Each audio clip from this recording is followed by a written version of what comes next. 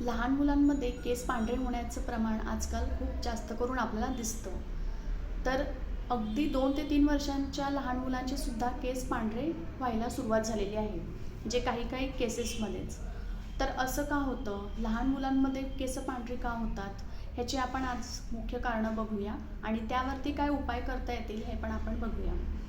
तर आजकाल जे आपण लहान मुलांचा डाएट बघतो, खाण्यापिण्याच्या सवयी बघतो, तर ह्या खूप चुकीच्या पद्धतीने झालेल्या आहेत. जास्त करून लहान मुलांना आवडणारे पदार्थ म्हणजे बाहेरचे पॅकेट फूड, ज्याच्यामध्ये चिप्स किंवा Chinese, junk food, bakery items ह्या सगळ्यांचा समावेश होतो. काही स्पायसी, चटपटीत पदार्थ त्यांना आवडतात आणि इझिली अवेलेबल असतात. हे जे आपल्याला चिप्सचे वगैरे पॅकेट भेटतात किंवा कुरकुरेचे पॅकेट भेटतात मार्केटमध्ये ते. तर ॲक्च्युली ह्याच्यामुळे त्यांचा केस पांढरे होण्याचा आणि ह्या पदार्थांचा कसा संबंध आहे हे आज आपण समजून घेऊया. की हे जे पॅकेटमध्ये विकले जाणारे पदार्थ असतात ते एक तर काही ताजे नसतात, ताजे बनवून ठेवलेले नसतात. ते आधी तयार केलेले असतात, नंतर पॅकेटमध्ये टाकून पॅकेज करून हे आपल्याला मार्केटमध्ये अवेलेबल होतात. तर ते जास्त टिकावे म्हणून त्याच्यामध्ये काही प्रिझर्वेटिव्ह जे केमिकल्स असतात त्यांचा वापर केला जातो, ते टाकले जातात आणि त्यांचा आकर्षक कलर दिसावा म्हणून त्याच्यामध्ये काही केमिकल्स ज्याच्यामुळे त्यांना आकर्षक कलर येईल असं टाकले जातात. आणि हे जे पॅकेटमध्ये येणारे पदार्थ असतात ते जास्त करून खारट असतात, स्पायसी थोडेसे असतात, चटपटीत त्यांची चव असते. मग ह्यामुळे काय होतं की शरीरामध्ये ह्या प्रकारच्या पदार्थांचा जेव्हा समावेश आपण आहारात करतो तर शरीरातली आपले जे वात पित्त कफ हे 3 दोष सांगितलेले आहेत. त्यापैकी पित्ताचं जे आहे प्रमाण म्हणजे जे प्राकृत असायला पाहिजे, तर त्याऐवजी पित्त जे आहे ते विकृत स्वरूपामध्ये तयार व्हायला लागतं आणि पित्ताचं शरीरातलं प्रमाण हे वाढतं.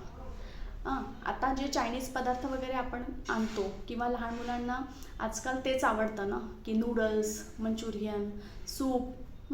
तर ह्याच्यामध्ये काय असतं की त्याला एक छान आकर्षक रंग यावा म्हणून त्याच्यामध्ये रंगद्रव्य टाकले जातात, म्हणजे केमिकल्स. आणि त्यांना एक छान जी क्रेविंग देणारी जी चव यायला पाहिजे त्यासाठी अजिनोमोटो म्हणून केमिकल्सचा वापर केला जातो. सोबतच त्याच्यामध्ये वेगवेगळ्या प्रकारचे सॉसेस वापरले जातात. या सॉसमध्ये टोमॅटो सॉस पण असतं आणि त्याच्यामध्ये शेजवान सॉसचा सुद्धा वापर केला जातो. तर शेजवान सॉस जर तुम्ही कधी म्हणजे आपण नेहमीच बघतो तर त्याच्यामध्ये त्याची जी चव असते ती खूप तिखट आणि छान लागणारी असते. तर हे जे शेजवान सॉस आहे ह्याच्यामध्ये मिठाचा वापर हा खूप जास्त प्रमाणामध्ये केलेला असतो. तर हे पदार्थ खाल्ल्याने साहजिकच शरीरामधील जो पित्त आहे दोष त्याचं प्रमाण वाढणार आहे आणि मग शरीरावरती वेगवेगळे त्याचे परिणाम दिसणार आहेत. आता आपण काही मुलांच्या बाबतीत बघतो की त्यांना जास्त करून पिझ्झा, बर्गर किंवा कोल्ड कॉफी, चॉकलेट मिल्कशेक अशा प्रकारचे पदार्थ खायला फार आवडतात किंवा मॅकडोनल्ड्स किंवा पिझ्झा हटचे पदार्थ जी चिकन वगैरे त्याच्यात भेटते हे खायला फार आवडतात. तर ॲक्च्युली हे जे ह्याच्यामध्ये जास्त करून काय वापरलेलं असतं की मैद्याचा वापर जास्त होतो. हे जे बेकरी प्रोडक्ट्स म्हणा किंवा हे जे बर्गर, पिझ्झा, सँडविच आहे त्याच्यामध्ये बेकरी आयटम्समध्ये मैद्याचा वापर हा जास्त केलेला असतो. त्यासोबतच त्याची KFCची चिकन हा जो विशिष्ट ट्रेंड आहे लहान मुलांना जे आवडतं, ह्याच्यामध्ये काय असतं की हे चिकन असं काही फ्रेश असतं असं नाही आहे. ते जे फ्रोझन चिकन असतं तेच तुम्हाला जेव्हा आपण जातो त्यावेळेला आपल्याला ते फ्रोझन चिकनच तयार करून दिलं जातं. दुसरी गोष्ट म्हणजे हे जे फ्रोझन पदार्थ असतात ते बरेच दिवस फ्रोझन कंडिशनमध्ये असतात, त्यामुळे त्याच्यामध्ये वेगवेगळ्या मायक्रो ऑर्गॅनिझम्सची जंतूंची वाढ व्हायला सुरुवात होते, जे की आपल्या शरीरासाठी अपायकारक असतात.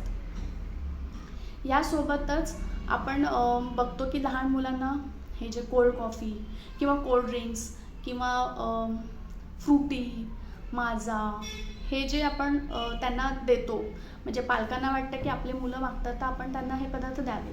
पण त्याच्यामध्ये काय असतं, हे जे विकतचे कोल्ड ड्रिंक्स आहेत त्याच्यामध्ये एकतर जास्त करून केमिकल्सचा वापर होतो, म्हणजे त्यांना बरेच वर्ष कालावधीसाठी ते वापरता यावे म्हणून त्याच्यामध्ये टिकण्यासाठी म्हणून प्रिझर्वेटिव्हचा वापर केला असतो. सोड्याचा प्रमाण ह्याच्यामध्ये खूप जास्त वापर झालेला असतो. आणि हे जे आपण कोल्ड कॉफी किंवा चॉकलेट मिल्कशेक वगैरे लहान मुलांना देतो, तर ॲक्च्युली हे आयुर्वेदाच्या कन्सेप्टनुसार विरुद्ध आहार, म्हणजे असे काही पदार्थ जे सोबत घ्यायचे नसतात, या कन्सेप्टच्या अंतर्गत येतात. त्यामुळे हे पदार्थ लहान मुलांना चुकूनसुद्धा देऊ नका. आणि ह्यासोबतच काही घरामध्ये कसं एक पद्धत असते की त्यांना रोज जेवताना लोणचं किंवा पापड ह्यांचा समावेश जास्त असतो. तर लोणचं जे असतात ते कसे असतात, जास्त दिवस टिकून राहण्यासाठी त्याच्यामध्ये मिठाचं प्रमाण हे खूप जास्त टाकलेलं असतं. त्यामुळे साहजिकच मिठाचं प्रमाण आणि आंबट हे जे पदार्थ आहेत ते रोज जर तुम्ही घेत असाल तरच तुमच्या शरीरातलं पित्त वाढून तुम्हाला वेगवेगळे आजार होणार आहेत. आता पापड हा जो प्रकार आहे, तर पापडामध्ये सुद्धा मिठाचं प्रमाण हे खूप जास्त असतं. त्यामुळे ते सुद्धा रोज खाणं अगदी योग्य नाही. ह्यासोबतच जे आपण मॅगी वगैरे इन्स्टंट नूडल्स हे जे प्रकार बघतो, तर मॅगीचे सध्या तुम्ही चर्चा बघा, न्यूज बघा किंवा इन्स्टावरती रील्स बघा, ह्याच्यामध्ये मॅगीमध्ये जे मसाला वापरला जातो किंवा जे केमिकल्स वापरले जातात, एक वेगळी छान अशी चव येण्यासाठी त्याच्यामध्ये किंवा टिकून राहण्यासाठी जे प्रिझर्वेटिव्ह टाकतात, तर ह्याच्यामुळे त्यांचं प्रमाण जे असतं ते शरीरामध्ये जातं.